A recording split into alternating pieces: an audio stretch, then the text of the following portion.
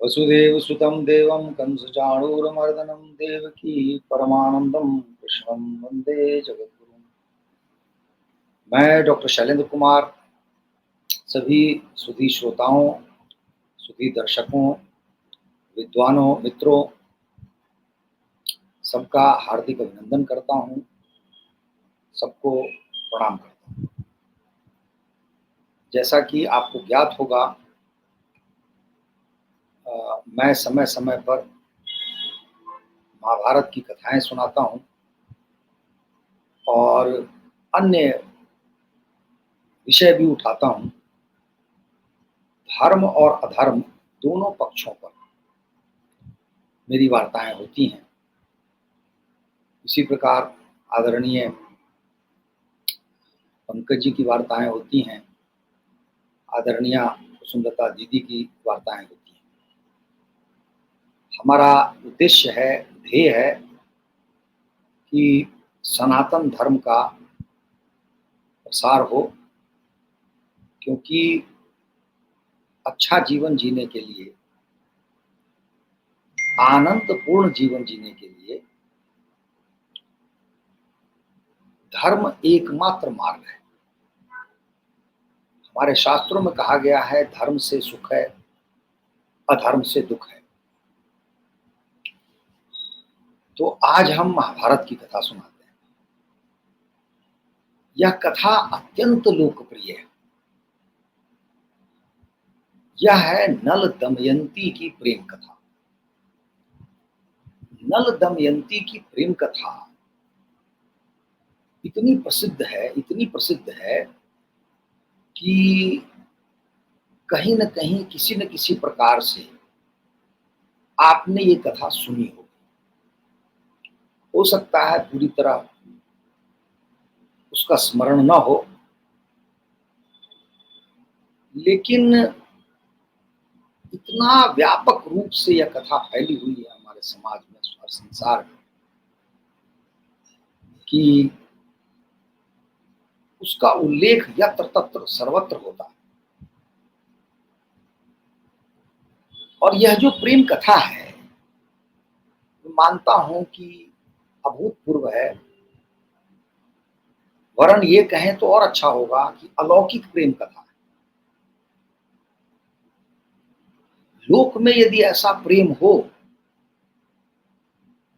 तो फिर दाम्पत्य जीवन कितना सुखमय, कितना आनंदमय होगा, संभवतः हम उसकी कल्पना नहीं कर सकेंगे। मैं अपने कई मित्रों को जानता हूं जिन्होंने नल दमयंती पर लिखा है और इस पर बार बार बोलने और बार बार लिखने का मन करता है। यह अमर प्रेम है। ऐसा प्रेम संभवतः बिना ईश्वर कृपा के नहीं प्राप्त किया जा सकता। नल दमयंती दोनों पक्षों का जो प्रेम है वो अभूतपूर्व है। लेकिन इस कथा में प्रेम तत्व केंद्र में है, यह सत्य है, परंतु उसके चारों ओर अनेक और भी तत्व हैं। हमारे जीवन जीने के लिए जो हमें कला सीखनी चाहिए, उस दृष्टिकोण से ये जो शेष तत्व हैं, इनका महत्व भी तनिक भी कम नहीं है। जैसे उदाहरण स्वरूप आप देखेंगे, जब मैं कथा आरंभ करूंगा तो इसका प्रयोजन आपको समझ में आएगा। महाभारत में जो कथाएं हैं, स्पष्ट रूप से हमें और आपको ज्ञात होना चाहिए कि ये महाभारत काल से भी पहले की कथाएं,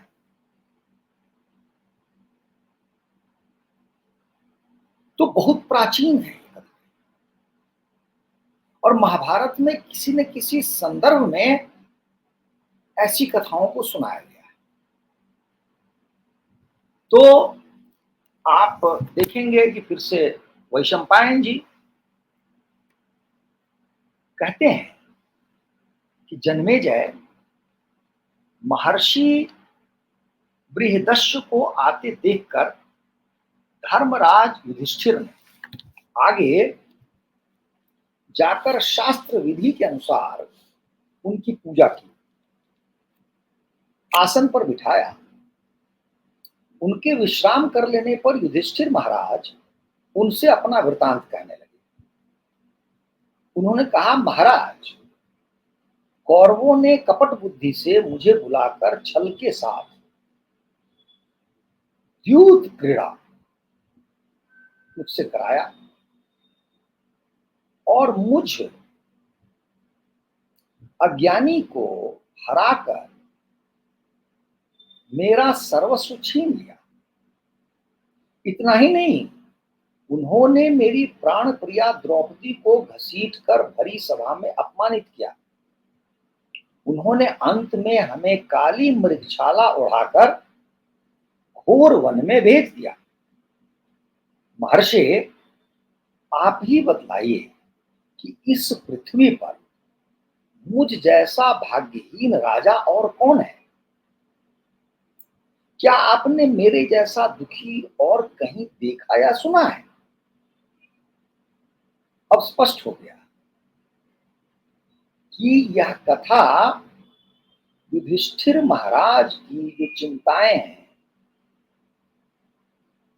उनकी जो व्यथा कथा है, और उनकी व्यथा क्यों है, ये महर्षि से पूछते हैं। और इसके प्रत्युत्तर स्वरूप महर्षि नल दमयंती की कथा सुनते हैं। महर्षि कहते हैं, महाराज धर्मराज, आपका यह कहना ठीक नहीं है कि मुझसा दुखी राजा और कोई नहीं हुआ, क्योंकि मैं आपसे भी अधिक दुखी और मंद भाग्य, इसका भाग्य मंद हो गया, राजा का वृतांत जानता हूं। आपकी इच्छा हो तो मैं सुनाऊं। स्वाभाविक है, धर्मराज युधिष्ठिर ने कहा, सुनाइए। महर्षि कहते हैं कि निषद देश में वीरसेन के पुत्र नल नाम के एक राजा हो चुके हैं। नल वे बड़े गुणवान, परम सुंदर, सत्यवादी, जितेंद्रिय, सबके प्रिय, वेदज्ञ एवं ब्राह्मण भक्त थे। उनकी सेना बहुत बड़ी थी। वे स्वयं अस्त्र विद्या में बहुत निपुण थे। वीर योद्धा, उदार और प्रबल पराक्रमी भी थे। उन्हें युद्ध क्रीड़ा का भी कुछ कुछ शौक था, अर्थात उनकी ऐसी आदत थी, स्वभाव हो गया था। उन्हीं दिनों विदर्भ देश में भीमक नाम के एक राजा राज्य करते थे। आज ये महाराष्ट्र में है, विदर्भ जानते हैं। वे भी नल के समान ही सर्वगुण संपन्न और पराक्रमी थे। उन्होंने दमन ऋषि को प्रसन्न करके उनके वरदान से 4 संतानें प्राप्त की थी, 3 पुत्र और 1 कन्या। पुत्रों के नाम थे दम, दांत और दमन, और पुत्री का नाम था दमयंती। दमयंती लक्ष्मी के समान रूपवती थी। उसके नेत्र विशाल थे। देवताओं और यक्षों में भी वैसी सुंदरी कन्या कहीं देखने में नहीं आती। उन दिनों कितने ही लोग विदर्भ से निषद देश में आते और राजा नल के सामने दमयंती के रूप और गुण का बखान करते। निषद देश से विदर्भ में जाने वाले भी दमयंती के सामने राजा नल के रूप, गुण और पवित्र चरित्र का वर्णन करते। इससे दोनों के हृदय में पारस्परिक अनुराग अंकुरित हो गया। अब यहाँ पर 2 बातें विचारणीय है। पहली बात यह कि हम सामान्यतः कोई भी हमारे सामने समस्या हो, पीड़ा हो, कठिनाई हो, प्रतिकूल परिस्थिति हो, तो हम तुरंत यह मान बैठते हैं कि मुझसे ज्यादा भाग्यहीन, मुझसे अधिक कहिए कि विपरीत परिस्थिति में शायद ही कोई हुआ, संभवतः ऐसा नहीं होगा मेरे जैसा दुर्भाग्यशाली व्यक्ति। तो जो महाराज युधिष्ठिर अपने पांचों भाइयों और अपनी पत्नी के साथ युद्ध क्रीड़ा में पराजित होने के पश्चात वनगमन करते हैं, अपना राजपाट उनको छोड़ना पड़ता है, कंटकाकीर्ण मार्ग पर चलना पड़ता है। तो उनका ऐसा सोचना स्वाभाविक है, ऐसा ही हम आप भी सोचते हैं। लेकिन जब हमें यह बताया जाता है कि हमसे पहले हमसे भी अधिक दुख और पीड़ा लोग झेल चुके हैं, उनका सहन कर चुके हैं, तब हमारे अंदर एक बल जागृत होता है। तब हम यह मान बैठते हैं कि यदि उसने इतना झेला है, कष्ट सहन किया है, उस सागर को पार किया, दुख के सागर को, तो मैं क्यों नहीं कर सकता। इसलिए इस कथा का बहुत महात्म्य है, बहुत महत्व है कि जब भी कभी हमें कोई, हम व्यथित हो, दुखी हो, पीड़ित हो, तो हमें महाभारत की कथा याद करनी चाहिए। ऐसे ही भगवान राम की कथा है। आज भी यदि हम सोचें कि हमारे पास कैसा भी दुख है, कष्ट है, शारीरिक, मानसिक, लेकिन क्या भगवान राम से बड़ा दुख है? जिनको अपना राजभवन त्यागना पड़ा, सुख सुविधा पूर्ण संपन्न जीवन छोड़ना पड़ा, वन में बिना किसी सुविधा के रहना पड़ा, जहां एक से एक हिंस्र पशु होते हैं, कोई भवन नहीं बनाया जा सकता, अच्छा सुस्वादु भोजन उपलब्ध नहीं होता, तो हमारे अंदर बल आता है। दूसरा विचारणीय यहाँ पर क्या है? विचारणीय इसलिए कह रहा हूं कि ये हमारे स्मरण शक्ति में है। जब भी नल दमयंती पर कोई पुस्तक देखेंगे आप, कोई लेख देखेंगे, यदि उसके साथ कोई चित्र हो, तो चित्र में हंस होता है, और हंस के साथ नल और हंस के साथ दमयंती, ये चित्र आपको सामान्यतया मिल जाए। अब होता क्या है कि यहाँ मनुष्य जो आते जाते हैं विदर्भ और निषद राज्य के बीच, उनके उनके द्वारा तो इन दोनों के रूप, रंग, व्यक्तित्व का वर्णन होता ही है। अद्भुत बात यह है कि यह पक्षी में चला गया, तो जो हंस है वो एक स्थान से उड़ के दूसरे स्थान पर, दूसरे स्थान से पहले स्थान पर आते जाते हैं। और हंस नल का वर्णन दमयंती को, और दमयंती का वर्णन नल को करते हैं। और अंत में दमयंती ने ही हंस को कहा कि ठीक है, मैं हर तरह से तैयार हूं, तत्पर हूं, और अपना पति मैं मान चुकी हूं नल, क्योंकि नल के विषय में इतनी वार्ता हो चुकी है, इतना वर्णन हो चुका है कि अब दमयंती ने निर्णय ले लिया है कि यदि दमयंती का कोई पति होगा, वह भी आदर्श पति, तो केवल और केवल नल ही हो सकता है। तो कालांतर में क्या होता है कि इस बात की जानकारी दमयंती के पिता अर्थात विदर्भ के नरेश को दी जाती है। विदर्भ नरेश वहां पर स्वयंवर का आयोजन करवाते। स्पष्ट है कि स्वयंवर होगा तो अनेक राजा उपस्थित होंगे, और उनमें से एक को जो वरमाला है वो दमयंती पहनाकर अपना वर चुन ले, स्पष्ट है। परंतु ऐसा होता नहीं। जब सारे राजा चले जा रहे हैं, स्वयंवर का दिवस सुनिश्चित किया जा चुका है, तो नल भी जा रहा है एक राजा के रूप में। नल जब जा रहा होता है तो स्वयंवर से कुछ देवता हैं। कौन कौन से देवता हैं? तो वायु है, अग्नि है, जल देवता है, वरुण है। ये सारे देवताओं ने नल को रोका और नल को बताया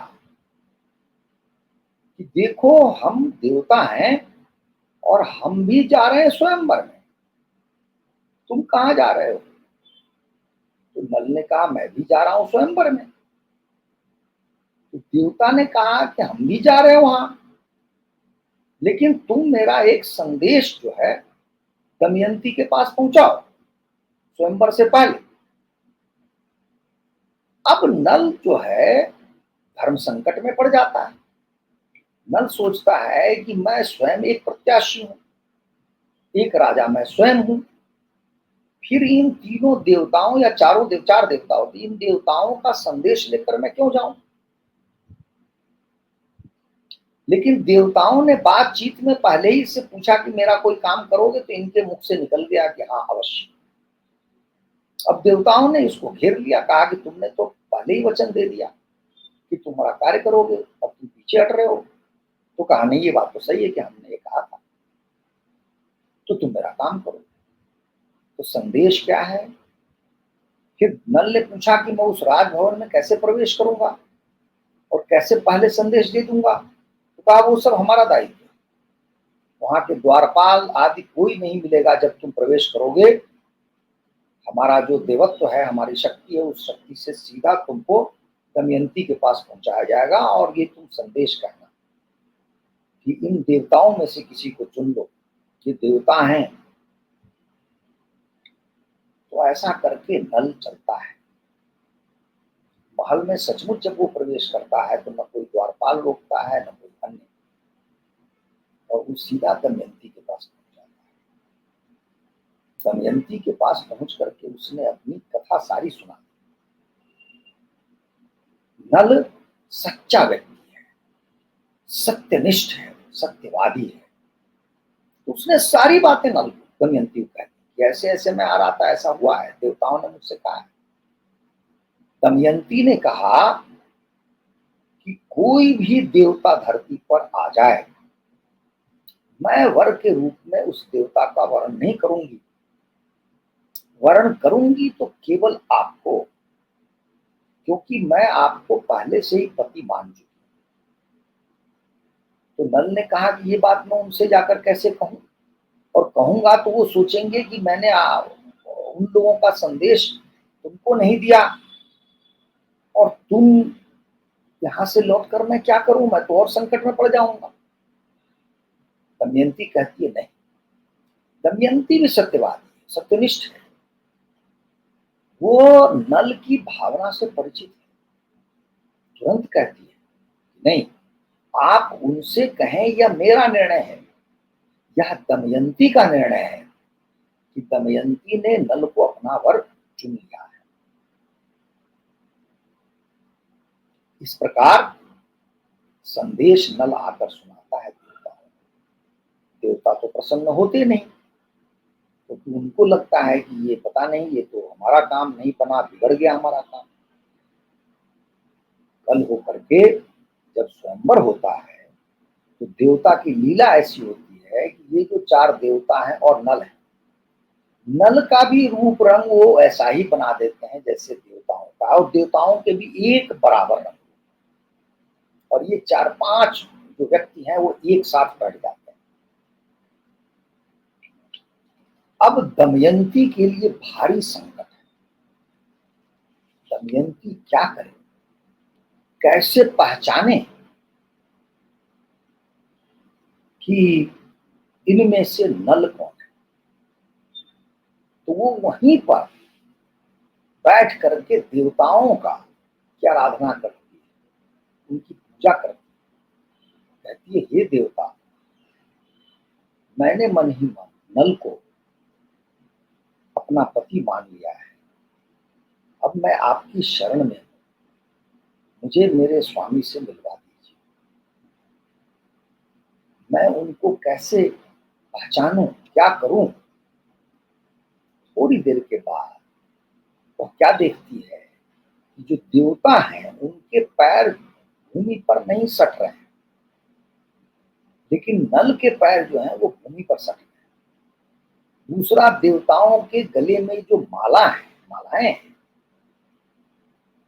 वो कुंभलाती नहीं है, लेकिन नल के गले की जो माला है वो कुंभलाती है। अर्थात ये मनुष्य का, कहिए कि संकेत है मनुष्य होने का। उसके स्वेद से, उसकी ऊष्मा से फूल कुंभला जाते हैं। देवताओं के साथ ऐसा नहीं। तो सुदीर्घ परीक्षण के बाद ब्राह्मण उसने नल के गले में वरमाला डाल दी और नल को उसने अपना लिया। नल उसकी स्वामी बन गए। इधर जो देवता है वो बाद में प्रसन्न हुए और सबने मिलकर आशीर्वाद दिया। नल और दमयंती का जीवन बहुत अच्छा चले, बहुत अच्छा चले, ऐसे हुए। फिर नल दमयंती का विवाह हो गया और इनका जीवन अच्छा चलने लगा। कुछ दिन तक नल वहीं रहा, विदर्भ, अर्थात अपने पत्नी के घर में। बाद में पत्नी यहाँ आ गई, दमयंती यहाँ आ गई, और जैसे पति पत्नी का जीवन होता है, दाम्पत्य जीवन सुखपूर्वक बीतने। अभी थोड़े दिन की ही बात है। अब यहाँ पर एक महत्वपूर्ण घटना घटती है, उसके विषय में थोड़ा बताना आवश्यक है। क्या है कि हम जब बहुत अच्छे होते हैं, हर प्रकार से अच्छे होते हैं, तो कभी कभी हमारे अंदर कोई त्रुटि भी हो जाती है। संभवतः हम ऐसा मान लेते हैं कि हम तो बहुत अच्छे हैं। जैसे नल की जो दिनचर्या थी, उसमें 2 बार की संध्या स्नान, पूजा पाठ, ये सारी चीजें होती थी। शेष कार्य, राज कार्य सब कुछ चलता था। एक बार की घटना है कि नल लघुशंका के लिए गया, लौट के आया तो अपने पैरों को धोया नहीं और यूं ही आचमन करके संध्या पर बैठ गया। तो आप देखिए, जो अच्छे होते हैं उनकी छोटी सी भी त्रुटि बहुत बड़ी मान ली जाती है। यहाँ पर कौन देखता है उसको देखने वाले 2 हैं। एक का नाम है कलयुग, दूसरे का नाम है द्वापर। ये दोनों युग जो हैं शत्रुवत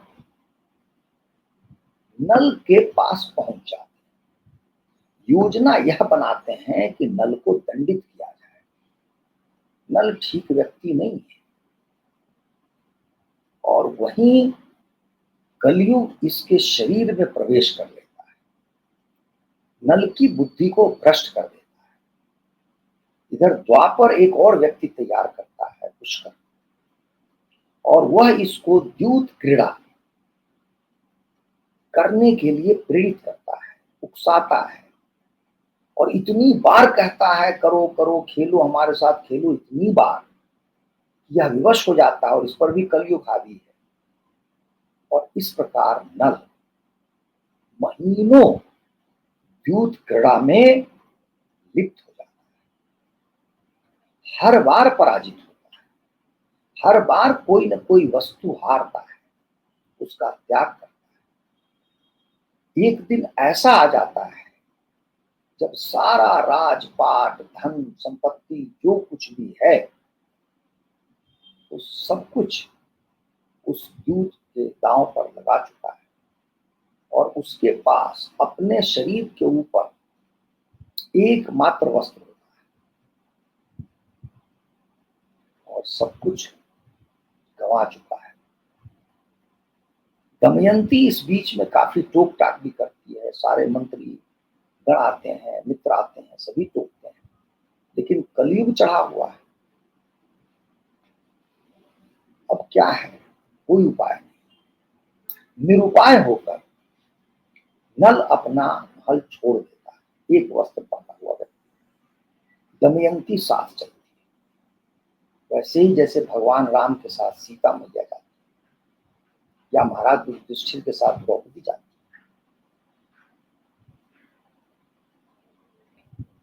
ऐसे ही कुछ दूर चलने पर नल को कुछ पक्षी दिखाई देते हैं, तो सारे के सारे पक्षी नल को ऐसा लगता है कि सोने के पक्षी, लालच में आ जाता है।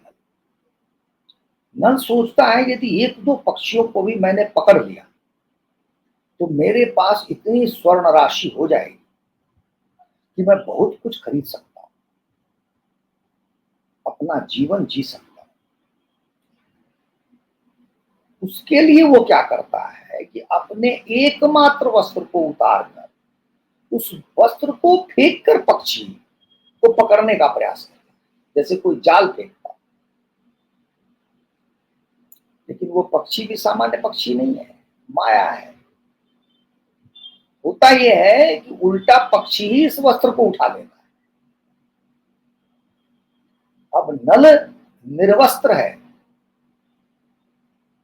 नल के पास अपने नग्न शरीर को छोड़कर कुछ नहीं है। ऐसी कातर स्थिति नल की हो जाती है। अब वो क्या करता है, दमयंती की जो साड़ी है उसी को लपेटकर दोनों एक साथ चलते हैं।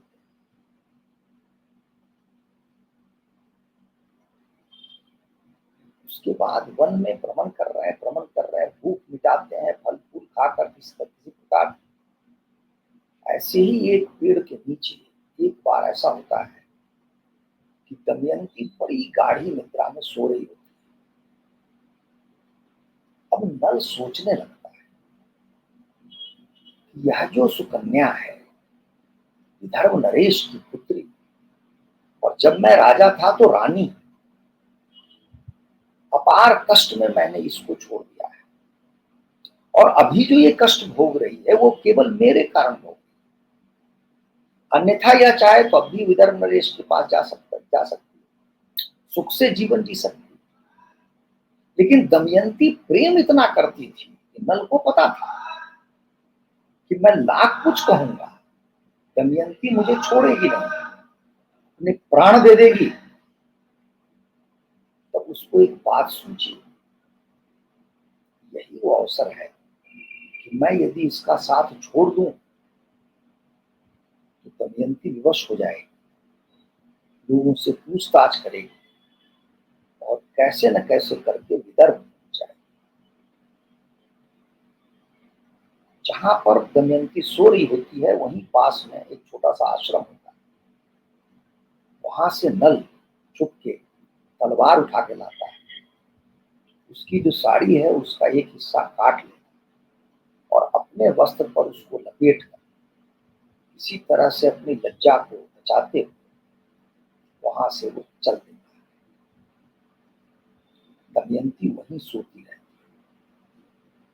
अब नल भागता है, खुद दूर जाता है, उसे कुछ समझ में नहीं आता कि कहाँ जाए, क्या करें।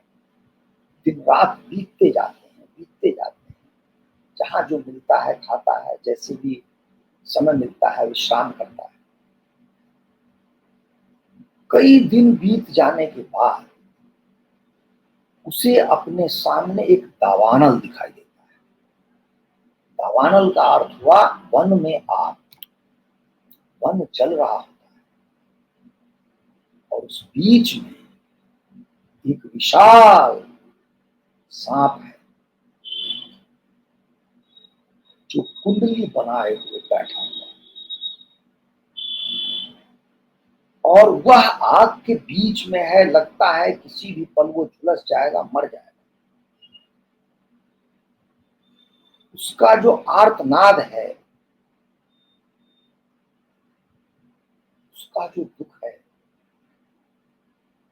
नल को समझ में आता है। और उस नाग ने इशारा किया कि मुझे तुम कैसे भी बचा लो।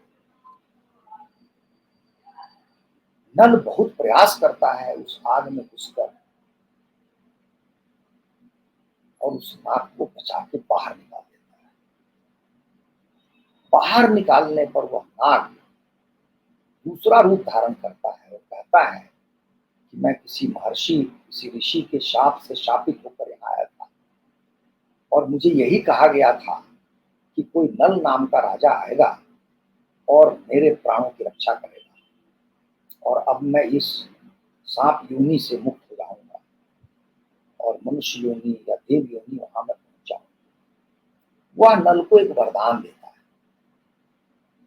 और कहता है कि तुम बहुत शक्तिशाली बनो, ये बनो, वो बनो। और उसका जो वर्तमान रूप है उस रूप को हर लेता है। कहता है कि तुम अपने पूर्व रूप में तभी जाओगे जब तुम मुझे याद करोगे, और इस बीच में मैं तुमको इतनी शक्ति देता हूं कि तुम बिल्कुल स्वस्थ रहोगे, ठीक रहोगे, तुम्हारा कोई कुछ नहीं बिगाड़ेगा। इस प्रकार नल इसमें आश्वस्त होता है और वहां से वो आगे बढ़ता है। आगे बढ़कर एक राज्य है अयोध्या, वहां पहुंचा। ऋतुपर्ण नाम का वहां पर राजा है। उस राजा को अपने विषय में बताता है कि मैं बहुत ही सकुशल सारथी हूं, और अश्वों के विषय में मेरा जो ज्ञान है वो अपूर्व है। मेरे जैसा कोई ज्ञानी व्यक्ति नहीं है। और कहता है राजा को कि आप मुझे इस काम में लगा दीजिए, मैं आपके सारे अश्वों की देखभाल करूंगा, रथों की देखभाल करूंगा, और मैं यदि रथ दौड़ाऊंगा तो आप अनुमान नहीं कर सकेंगे कि किस वेग से दौड़ाऊं। राजा बहुत प्रसन्न होता है, अपने सारे सारथियों को नल के अधीन कर देता है। यहां पर आकर नल का नाम हो गया है सुबाहु।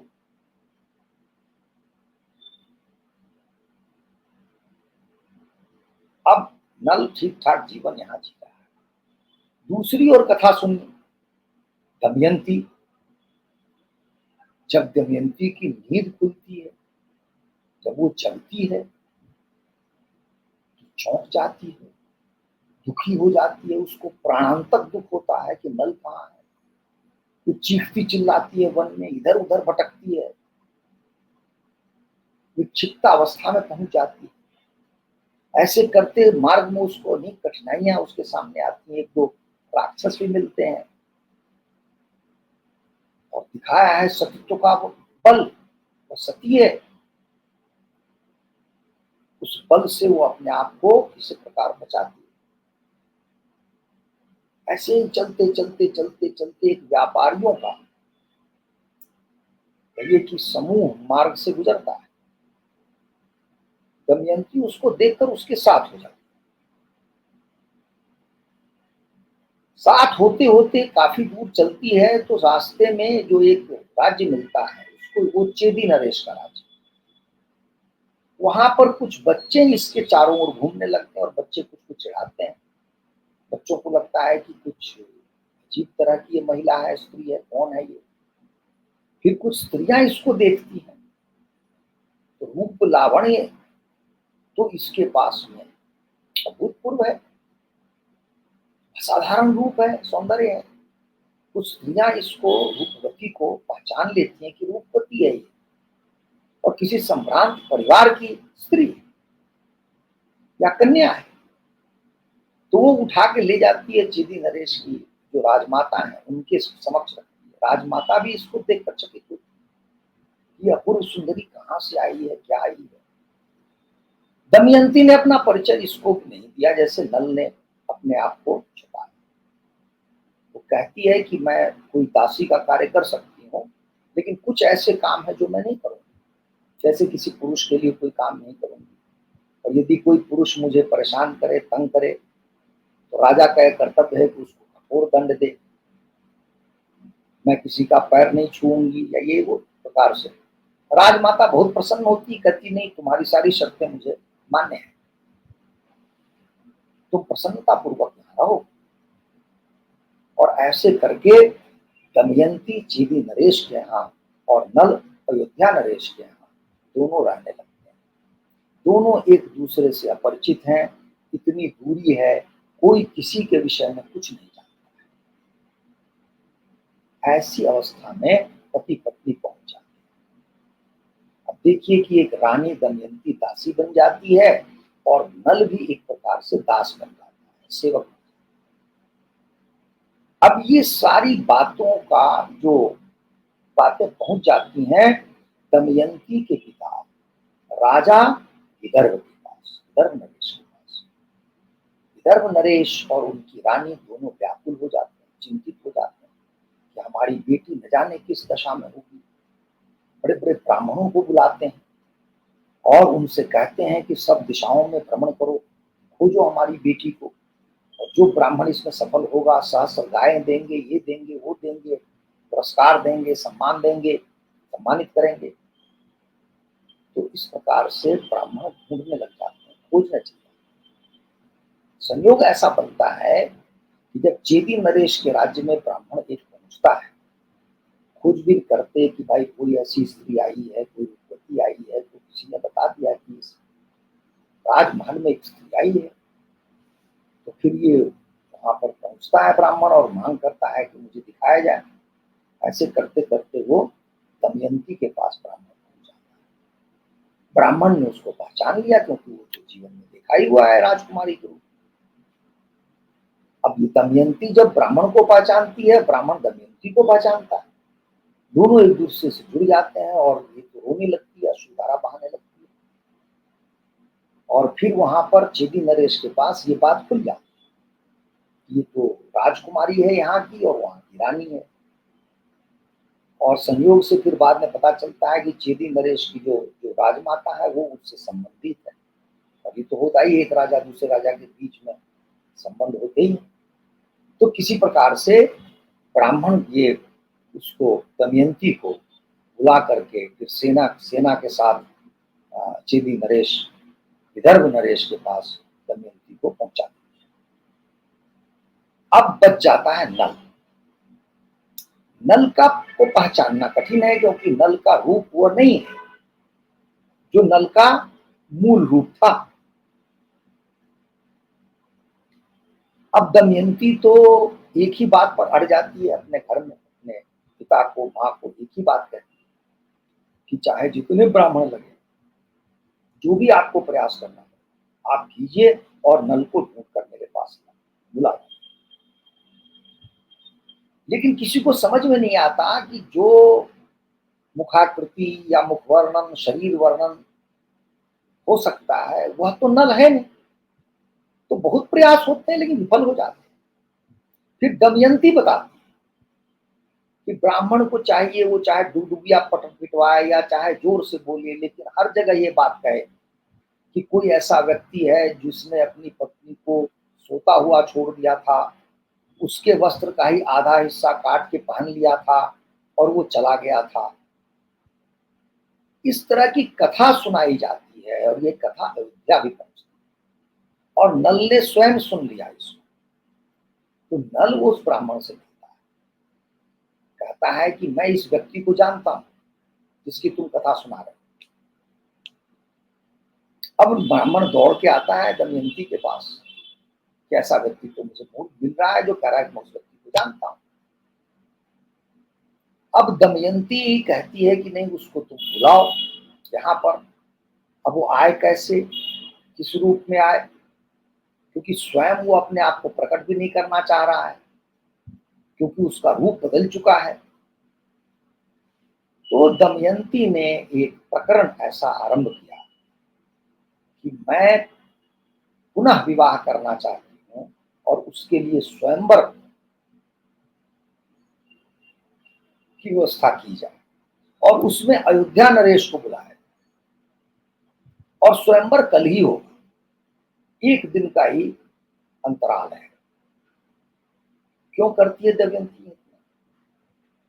पहले हम उस पर जाए, उससे पहले ये देखिए कि जो विधवा को लेकर के एक प्रकार का हमारे देश में माहौल बनाया गया है उस पर यह कुठाराघात है। तो स्वयंवर दोबारा रचाना चाह रही है। यदि इसकी अनुमति नहीं होती तो दमयंती इस प्रकार की बात करती क्या? लेकिन यहां पर दमयंती ने जब कहा कि उसको लाना है हर प्रकार से नल को। तो फिर से ब्राह्मण वहां जाता है और यह बात अयोध्या नरेश को कहता है कि आपको स्वयंवर में सम्मिलित होना है, एक ही दिन का समय है, आप कैसे भी करके वहां पहुंचिए। अयोध्या नरेश को याद आ जाता है कि हमारे पास जो सुबाहु है वह अपने अश्वों को वायु वेग से उड़ा सकता है। अब आप सोचिए कहाँ अयोध्या है, उत्तर प्रदेश में, और वो महाराष्ट्र में विदर्भ है। इसमें दूरी दी गई है 100 योजन की, और वह वायु वेग से अपने अश्वों को उड़ाता हुआ, रथ को खींचता हुआ वहां पहुंचा देता है। दमयंती नल द्वारा हाके गए रथ की जो गड़गड़ाहट है, जो ध्वनि है, उसको पहचानती है। जब वह अपने महल के अंदर है, उस घरघराहट से वो कहती है कि यह रथ चलाने वाला केवल नल हो सकता है, संसार में इस प्रकार का रथ कोई नहीं चला। तो आप देखिए क्या प्रेम है, जैसे किसी की आहट होती है उस प्रकार उस रथ के घर की घबराहट की आवाज की ध्वनि। तो जब ये दोनों पहुंच जाते हैं तो दमयंती ने नल को बुलवाया है अपने घर के अंदर। जब बुलवाया तो सारी बातें, नल ने वैसे ही बात करनी शुरू कर दी। वो तो नल था ही। तब तक दमयंती के उससे पहले ही 2 बच्चे भी होते हैं, और दमयंती ने विदर्भ नरेश के पास जब ये युद्ध क्रीड़ा में हार रहा था तभी अपने बच्चों को भेज दिया था। उन बच्चों को नल प्यार करता है, और वहीं पर जो नागराज हैं उनका वरदान उसको याद करता है, और उसको याद करके अपने पूर्व रूप में पहुंच जाता है। उसके बाद दोनों गले मिलते हैं, दोनों की अश्रुधाराएं बहती हैं, और फिर से दोनों एक हो जाते हैं। यह है नल दमयंती की अमर प्रेम कथा, जिसमें हमारे आपके सीखने के लिए अनेक तत्व हैं। इसमें धैर्य है, इसमें यह भी है कि कैसा भी दुख हो परंतु उसका अंत होता है। हमारा कर्म होता है, हमारा काम होता है कि हम अच्छे से काम करते हैं। हमारे मन में जिसके प्रति प्रेम है वह प्रेम हमें प्राप्त होगा, इसको ईश्वर सुनिश्चित कराता है, चाहे इसमें जितनी ही विघ्न बाधाएं क्यों आए। युधिष्ठिर को संतोष हो गया। युधिष्ठिर को लगा, पहली बार लगा कि नहीं, जो मैं कर रहा हूं वो अभूतपूर्व नहीं है। पहले भी कोई नल नामक राजा था जिसने बहुत कष्ट भोगे थे। पहले भी कोई स्त्री थी दमयंती जिसने अपार कष्ट भोगे थे। और देखिए संयोग कि ये जो पांडव द्रौपदी सहित हैं इनको भी अज्ञातवास में रहना पड़ता है, और नल दमयंती को भी अज्ञातवास में रहना पड़ता है। अर्थात यह अज्ञातवास में रहना भी कोई अभूतपूर्व घटना नहीं है, पहले भी हो चुकी है। क्या संयोग है, कैसी कैसी कथाएं हैं महाभारत में, कितना कुछ है सीखने को। आनंद ही आनंद है यदि हम इनको सुनते हैं। और ये भी अंत में लिखा है इस कथा में कि जो लोग नल दमयंती की कथा सुनते हैं वे सुखी रहते हैं, आनंदित रहते हैं। इसलिए दर्शकों, श्रोताओं, मित्रों, आपसे आग्रह है कि आप इस चैनल को देखें, इसको लाइक करें, इसको सब्सक्राइब करें, और हमें आपसे कोई और मांग नहीं है, कोई और अपेक्षा नहीं है। हम तो चाहते हैं कि इस धर्ममय वातावरण में जितना आनंद आप ले सकें, हमारे लिए वही आनंद का विषय है। और हम नहीं चाहते कि ये केवल कुछ लोगों में सीमित रह जाए। जितने अधिक लोगों में फैले उतना आनंद है, आनंद की वर्षा होती रहे, हम धर्म में बने रहें और धर्म से सुख उठाते रहें। तो आज इसी बिंदु पर, इसी मोड़ पर हम अपनी वाणी को विराम देते हैं और आपसे विदा लेते हैं। फिर किसी दिन किसी अन्य विषय को उठाएंगे। नमस्कार, प्रणाम।